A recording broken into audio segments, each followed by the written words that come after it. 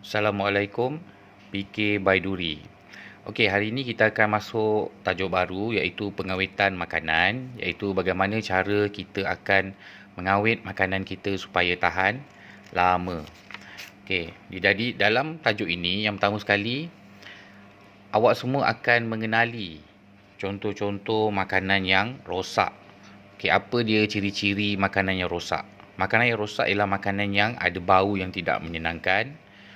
Okey, lepas tu warna berubah. Contohnya kalau sayuran tu berwarna hijau, sayur-sawi tu asalnya berwarna hijau, bila dia dah rosak dia dah mengeluarkan, dia dah jadi warna kuning ataupun dia jadi warna hitam. Kemudian berubah tekstur, maksudnya bentuknya daripada keras mungkin dia akan jadi lembut dan berair. Okey.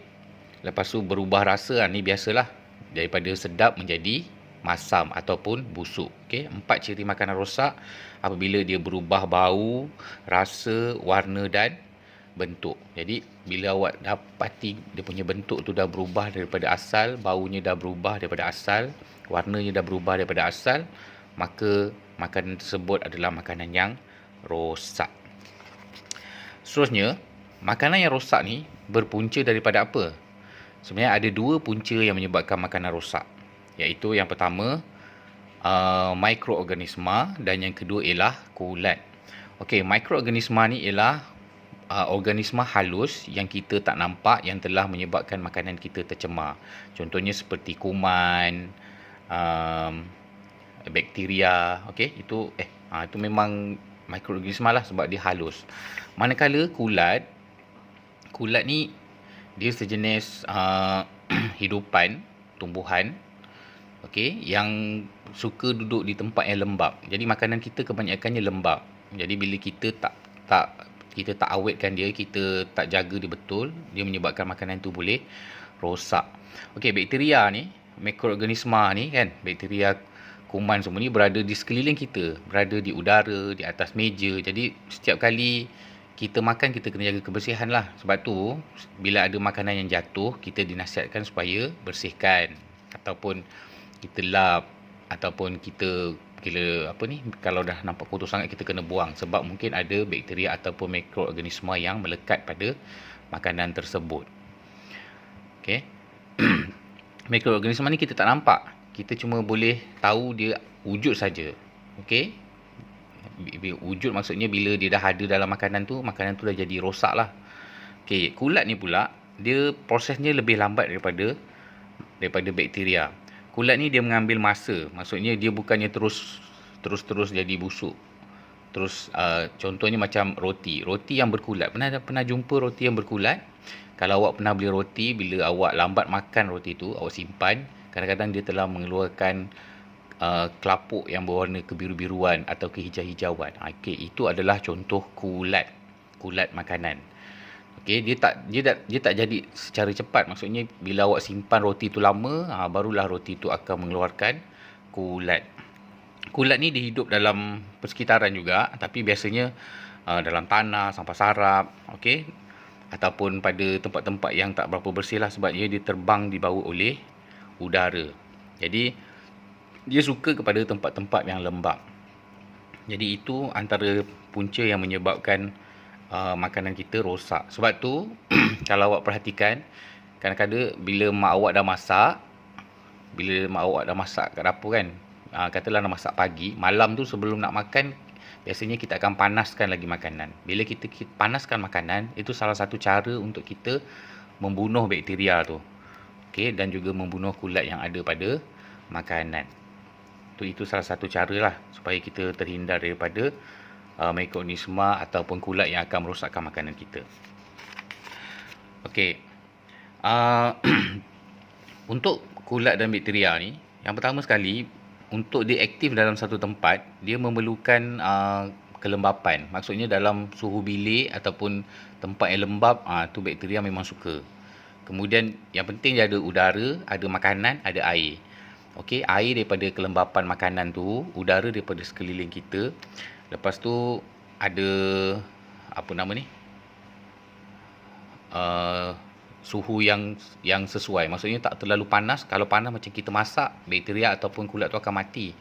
Kalau dia terlalu sejuk macam dalam peti sejuk pun, kulat tu juga akan mati. Jadi kalau dalam suhu bilik ni, ini memang suhu yang sesuai untuk pembiakan bakteria yang akan menyebabkan makanan kita rosak. Bakteria ni kadang-kadang bahaya. Dia bukan saja dapat merosakkan makanan, tapi kalau dia masuk dalam perut kita pun, dia boleh menyebabkan keracunan makanan. Okey. Jadi itu pentingnya kita mengawetkan makanan kita daripada rosak, sebab kalau dia rosak, dia boleh menyebabkan kita mengalami keracunan makanan. Boleh cerit berit, muntah-muntah, dan paling teruk boleh menyebabkan mati. Sebab bila terlalu banyak muntah dan cerit berit, badan kita akan kekurangan air dan seterusnya boleh menyebabkan dehidrasi. Okey, seterusnya mengenal pasti makanan yang rosak. Ini senanglah, sebab untuk makanan yang rosak ada 4 ciri, iaitu berubah bentuk, rasa, warna dan bentuk, warna, rasa dan bau. Okey, jadi bila kita tengok makanan tu dah tak seperti yang sepatutnya, kita dah boleh kelaskan dia sebagai makanan yang rosak. Dia mesti ada bau yang tidak menyenangkan, warnanya dah berubah, sudah lembik dan berair. Okey, dan sebagainya lah. Kita boleh tengok kepada bentuk-bentuk makanan. Okey, ini contoh-contoh makanan yang dah rosak. Dan paling teruk sekali kalau dia dah mengeluarkan ulat. Maksudnya bila dah ada ulat tu, memang makanan kita tu dah betul-betul rosak lah. Okey, lepas tu, dan yang terakhir sekali, kaedah memilih makanan yang baik. Okey, yang pertama sekali, untuk kita memilih makanan yang baik, terutama sekali makanan yang bertin, dalam tin, pastikan makanan kita tu, tin yang kita pilih tu tidak kemik. Okay, kalau kita beli makanan dalam tin kat kedai macam tin sardin ke, jangan ambil tin yang kemik. Sebab bila kemik, struktur dalam tin tu dia dah berubah. Mungkin tin tu akan mengeluarkan bahan kimia yang boleh menyebabkan makanan kita tu rosak.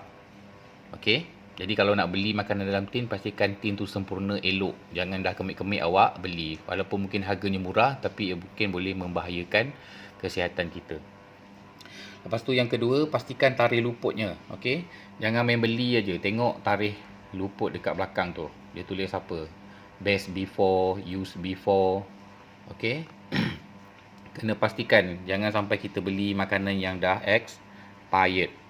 Kemudian yang terakhir, pastikan makanan kita tu tidak koyak plastiknya. Okey, pembungkusannya dalam keadaan elok. Kena cek satu-satu, sebab mungkin disebabkan apa, kena gigit tikus ke. Itu pun boleh menyebabkan makanan kita rosak dan membawa penyakit. Baik, itu sahaja untuk hari ini. Untuk tajuk ini, yang pertama awak kena mengenal pasti makanan yang rosak. Lepas tu, faktor-faktor yang menyebabkan makanan kita rosak. Okey, iaitu adanya bakteria dan kulat. Kemudian mengenal pasti makanan tu rosak macam mana, dan juga cara memilih makanan yang elok. Okey, itu sahaja. Sekian. Assalamualaikum warahmatullahi wabarakatuh.